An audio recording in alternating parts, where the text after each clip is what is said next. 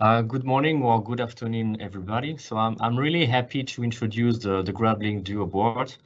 So during this presentation, I will not only present the main feature of this board, but I will also highlight the differences with the previous generation of Grablink frame grabbers. So the Grablink Duo is a Camera Link compliant frame grabber. You can use it with two cameras in base configuration or one camera in base, medium, full 72 or 80-bit configuration. So it means that this board alone can replace a Grablink dual base and a Grablink full.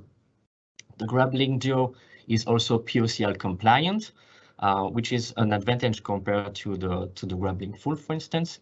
It implements the ECCO Technologie, which means that you can use longer cable compared to what the Camera Link norm specifies. The board is equipped with a PCIe Gen 2 4-link bus for a sustainable bandwidth of 1.7 gigabyte per second. We will see that there are 20 GPIOs available on this board, directly on board. And also a very important point is that the Grablink Duo is compatible with the eGrabber-Treiber, and it also fully supports our Memento Event-Logging-Tool. So as I have mentioned, this board, the Grablink Duo, is able to connect one or two cameras. And to switch from one configuration to another, we provide different firmware variants. We have a one camera firmware variant for one area scan camera, whatever the camera link configuration. We have a two camera firmware variant for one or two area scan camera in base configuration. And as you can see, we also provide a firmware variant dedicated to line scan camera. One camera line scan, two camera line scan. Of course, to manage those firmware variants, to install a new firmware variant or to upgrade an existing firmware variant, we provide a Grablink firmware manager. So as you can see, this is exactly the same look and feel as the CoaxLink firmware manager. To configure a camera connected to a Grablink Duo board, you can use the standard serial communication, which means that the application software can use the CameraLink API functions to control the camera.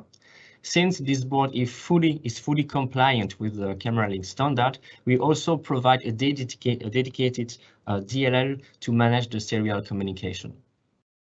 Now, what is new compared to the previous generation of Grablink frame grabber is that the Grablink Duo is Gen CP compliant.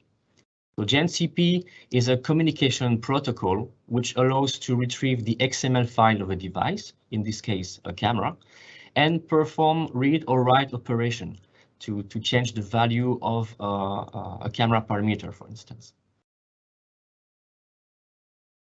The board also implements the ECCO technology. So ECCO stands for Extended Camera Link Cable Operation. So as you know, in this world, nothing is perfect. So when you use a camera link cable, the propagation delay between different lanes of the cable is not the same. And the difference is called the skew. The ECCO technology allows to compensate for the skew, and this compensation is done dynamically, so on the fly. So using ECCO, you can operate with cables that are 30% longer, or you can achieve 30% higher speed for your camera. Based on the test we have made with the Grablink Duo board, we know that you can reliably use cable up to 10 meters. And maybe now the most important point of this presentation is the driver. So unlike the previous generation of Grablink frame grabbers that relies on the multicam driver, this is not the case for the Grablink Duo. The Grablink Duo uses the eGrabber-Treiber. So this is exactly the same driver as the one we are using for the CoaxLink series. It means that if you want to upgrade an existing multicam-based application to support the Grablink Duo, it will require code modification. And of course, we want to make this migration as easy as possible for the end user. So we provide a migration guide. It's called the eGrabber for multicam users. This migration guide is already available online. You can also download a PDF version of this file. Actually, it is part of the eGrabber Programmer's Guide. We will, of course, provide sample program explaining and showing how to use the Grablink Duo board with the eGrabber driver. Using the eGrabber driver for this new board is really an advantage.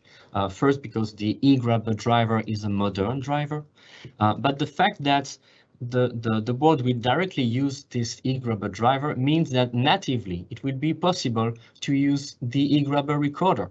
So it makes it very, very easy to record a sequence of images that have been acquired with the Grablink Duo.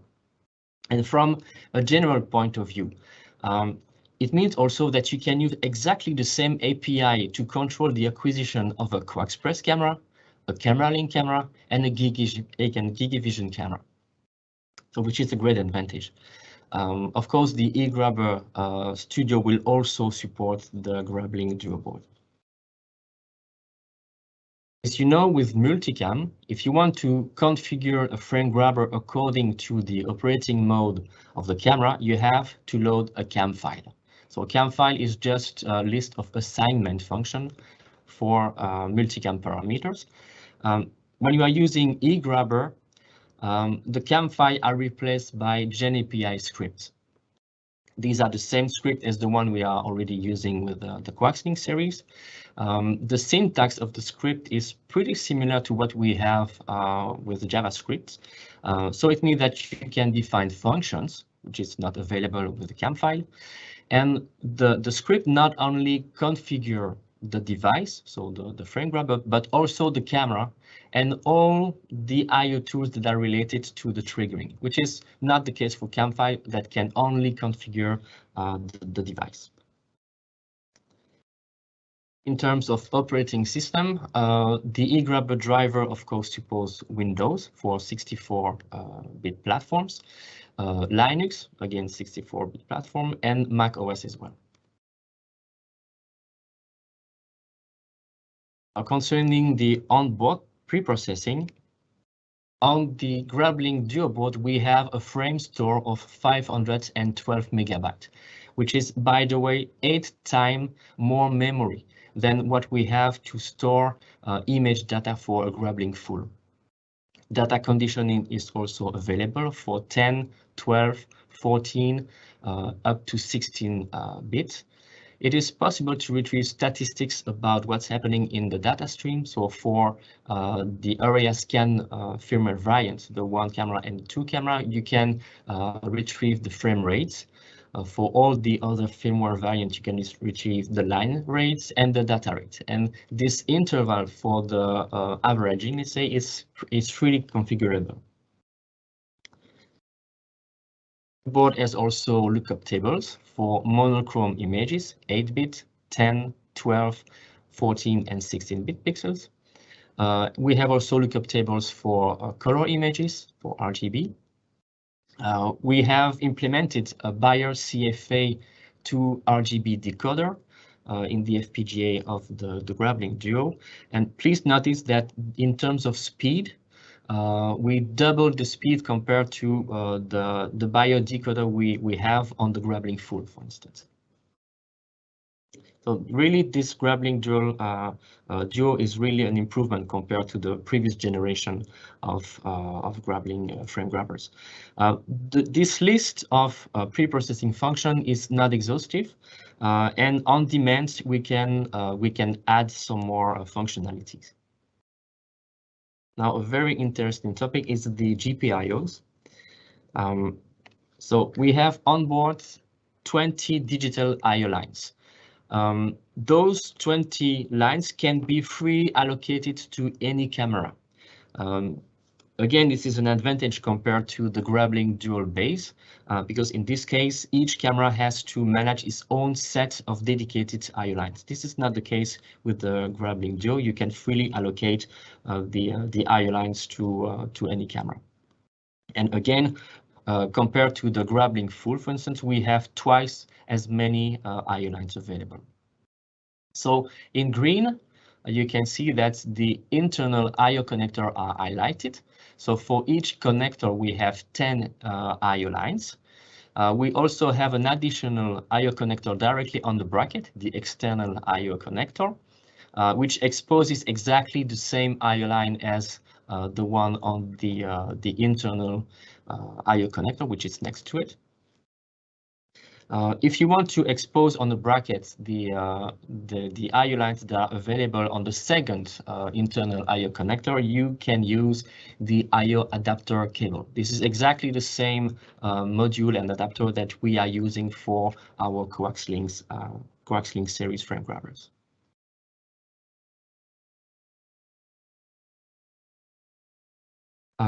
The 20 digital I/O lines can be subdivided in 4 types. We have 8 isolated current sense inputs that support voltage up to 30 volts and a signaling up to 200 kilohertz, which is again an advantage compared to the previous generation of Grablink board, because in this case the signaling is limited to 50 kilohertz. We have individual galvanic isolation. For the support of quadrature motion encoder, we provide 4 high-speed differential inputs that support a signaling up to 5 megahertz. We also have on this board isolated current output up to 30 volts again, and a signaling up to 100 kilohertz. And finally, and again, this is an improvement compared to the previous generation of Grablink frame grabbers, we have TTL I/O lines that are available on the board with a signaling up to 5 megahertz as well. And on each of the connector, we have plus 12 volt power output available. So as mentioned, the 20 I/O lines are available directly on board. It is possible to use additional I/O lines by using an extension module, and this extension module has to be connected to the I/O extension connectors. So the I/O extension module that we have is the TTL RS422. Which feature up to 20 TTL I/O lines or 10 RS422 I/O lines. So in case of TTL, the signaling is up to 1 megahertz, and for the RS422, it's the ultra-fast signaling up to 10 megahertz. The output of the TTL is a low voltage TTL, so 3.3 volts output level. We have another module which is, let's say, almost the same, except that the TTL output is CMOS 5 volt. But concerning the number of I/O lines for TTL and RS422, this is exactly the same thing, and this is also the same configuration concerning the signaling. By the way, we have also a third module which feature 24 TTL I/O lines. Now the next topic is C2C link. So as you know, if you know already our coax-link series, the C2C link allows to very accurately synchronize the acquisition between several cameras, area scan or line scan. One of the boards is defined as the master. The master board receives all the triggering information from a motion encoder, from a present detector, for instance. So all the triggering is managed by the master board, and the master board will just propagate those triggering information to all the slaves. So the connection between the master and the slave is made through the C2C link connector. The triggering is up to 2.5 megahertz. C2C link is already available for the previous version of the Grablink frame grabbers, but it is only available for line scan camera, not for area scan camera, and the triggering rate is up to 80 kilohertz only. So thanks to C2C link, it is possible to synchronize cameras that are connected to the same Grablink Duo board in case of a 2 camera or 2 camera line scan variant.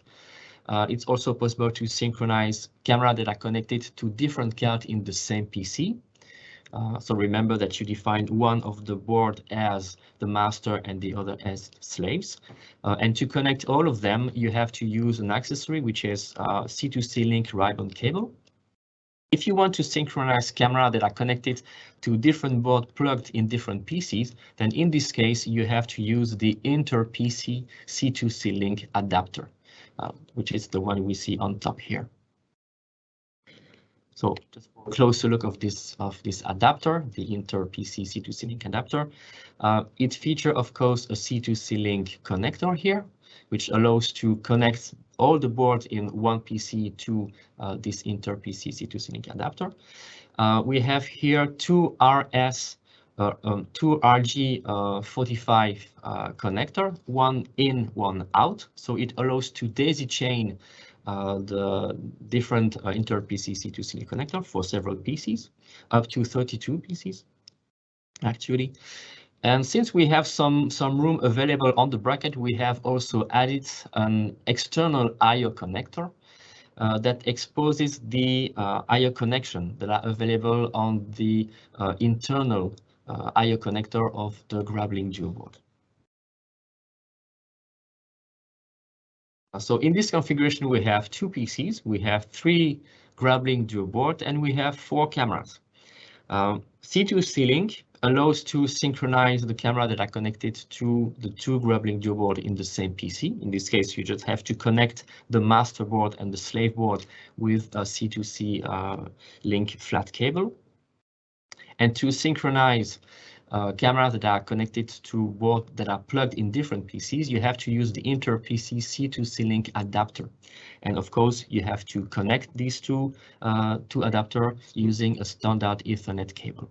So in this configuration, we have 4 cameras that can be synchronized. And you just have to provide all the triggering information to the master board. The master board, thanks to the C2C link flat cable and to the inter-PC C2C link adapter, will just propagate all the triggering information to all the slaves in the system. And then all 4 cameras are synchronized.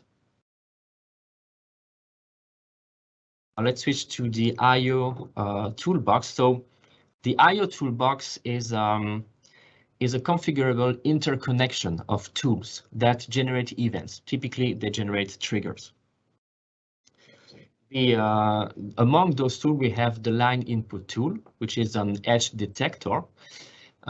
It can be assigned to any input lines. We have up to 8 line input tools available on the Grablink Duo board. And this tool will generate events on the rising or the falling edge of the signal of the triggers.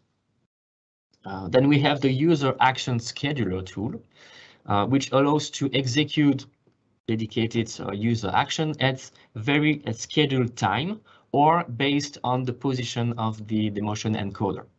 So among the user action, we can set the value of any bit of the user output register, meaning that you can change the state of any output line, and also the generation of any user events. User events, typically, they are used to trigger the acquisition of a new frame or a new page.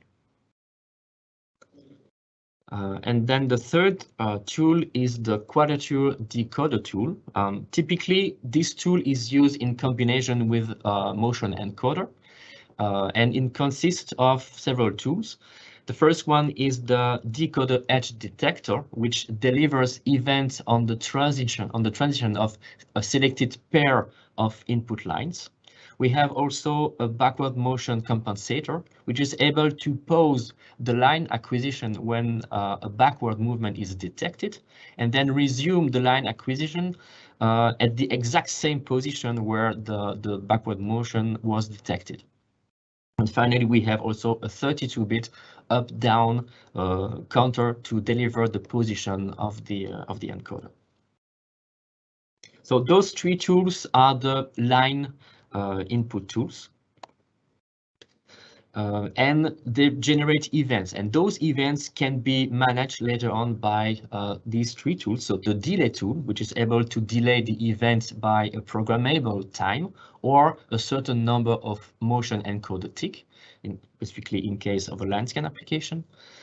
We also have the divider tool, which is able to divide the incoming event signal by an integer value. And finally, the multiplier and divider tool, which is what we used to call in multicam the rate converter, will multiply or divide the incoming event signal by a non-integer integer value. So this gives a lot of freedom in the setup of a line scan application, because whatever the encoder, the motion encoder that you will use, whatever the resolution of this motion encoder, you can still achieve square pixels. So this is very, very important tool. Finally, Memento. So you know that Memento is our very accurate event logging tool. You can log events that are related to the operation of the camera, of the frame grabber, the driver, in this case the eGrabber-Treiber, of course, and also the host application. So in the application, you can also populate the messages into Memento. Memento also offers a graphical representation of timestamp event very, very accurately, and provide context information about those events. As you know, Memento is very, very useful to set up the system, to do debugging or profiling of the application. So the Memento is already supported by the previous generation of the Grablink board, but in this case, it's restricted to only specific kinds of Memento. For instance, it's not possible to retrieve information about what's happening in the FPGA. You cannot retrieve information about DMA transfer or about the camera readout, for instance, or the triggering. So those information, they are not available in Memento for the previous generation of the Grablink series. In case of the Grablink Duo, in particular, we have the support of the analyzer plot, which means that we can have a graphical representation of any transition of signal, like, for instance, the camera readout. We know when the camera readout is starting and when it's completed. We have also information about the DMA transfer to the host PC memory. Information about the management of the GNTL buffer queue, as well as some event counter, for instance. So we really have a full support of Memento in this case. So now I think it's time to switch to the demonstration. So let's move on. So I connect to my remote PC. So you have recognized our eGrabber Studio application. As you can see here, eGrabber Studio has detected the presence of a Grablink Duo board in the PC. This one has one camera firmware, so it's for area scan camera, and we have here the serial number of this board. So I just select stream, I open it. Okay, so if I just go and browse the parameter, I have here the remote device, which is of course the camera. So it's a Camera Link-Kamera. We have here a measurement of the pixel clock of the camera. We have the image size, the width and the height, the pixel format.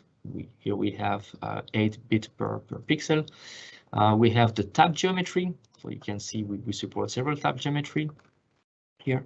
So remember what I have mentioned in the introduction. So in case of multicam based frame grabber, we are using CamFile to configure the frame grabber according to the operating mode of the camera.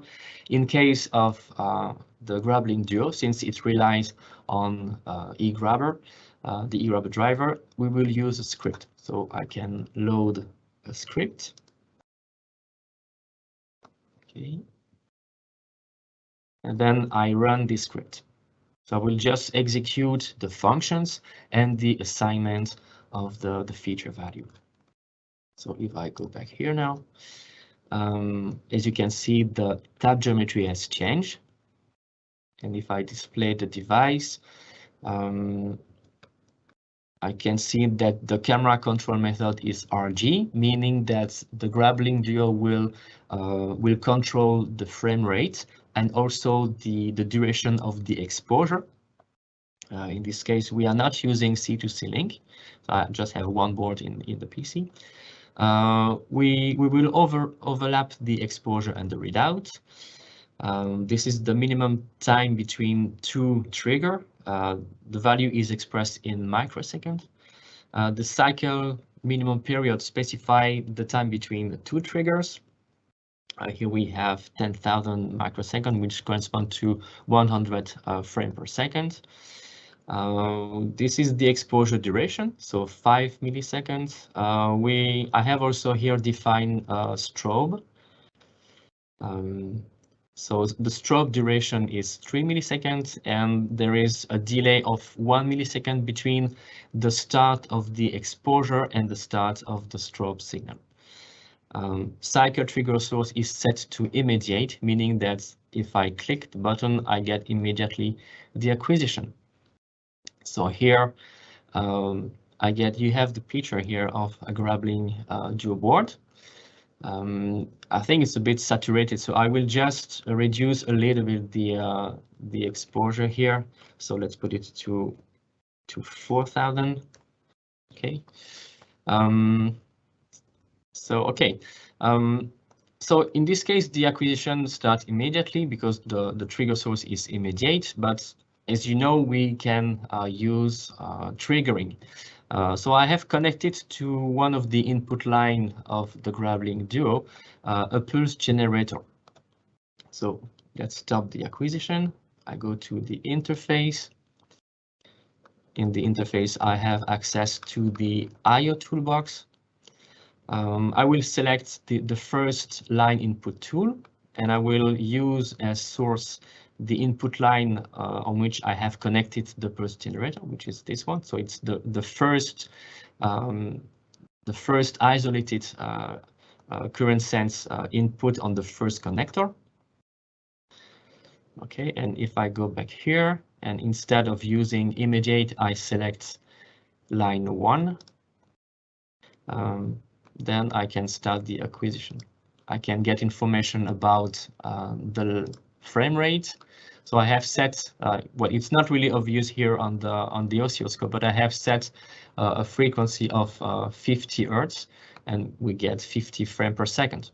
Here you have information about the line rate and the data rate, as well as the number of images that has been acquired so far. So I can also show you that I don't have to use directly the signal that comes to the which is connected to this input line. I can also use a divider tool.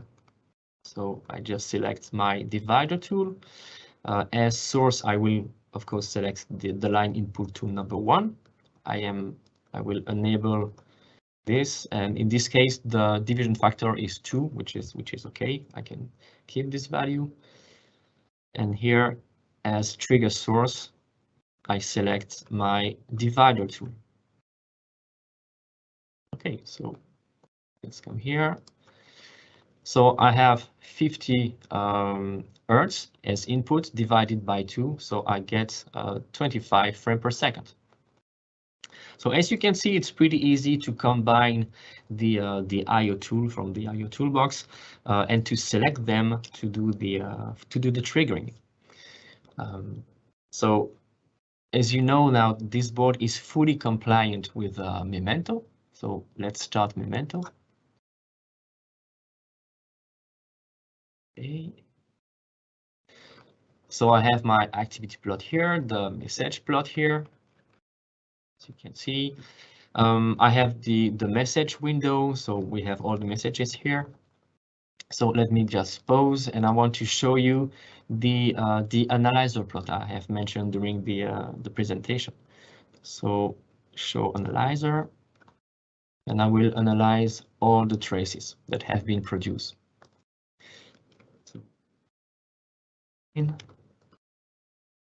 So So here we have a graphical representation of, let's say, waveforms for several features, like the DMA transfer. So here in purple we have the DMA transfer. We have the triggering, which appears in blue cyan. In red we have the strobe, and in orange we have the camera readout. So let's zoom a little bit. Okay. So as we can see, if I just reach this point here, I will just set this as my time reference. Okay. So remember that I have an exposure duration of 4 milliseconds, which can be measured here. After 1 millisecond, I have the rising edge of the strobe, which is here.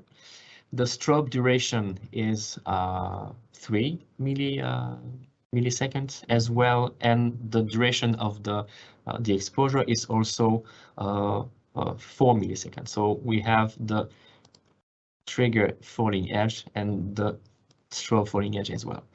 And then we can see that 53 milliseconds microsecond later, excuse me, we have the start of the camera readout, which is something I can also measure here. So if I just zoom in and I just go to the end, where it is, okay, it's here.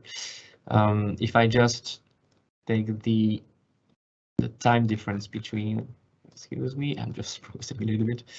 So if I want to measure the time between the start of the readout of the camera readout and the end of the trigger, which is here, we have the 53 milliseconds. I can also have the difference between the start of the camera readout and the start of the DMA transfer, which is also available here. So I have 2 microseconds later. Then I have my camera readout, which is completed here. And then I can retrieve information about the DMA transfer, information about the metadata, so the image size, for instance, the pixel formats, and all kind of information that are available directly in the metadata of the image that has been acquired. And at this point, the software, so the application, is informed about the availability of the image. So as you can see with the Grablink Duo board, I have a full support of Memento.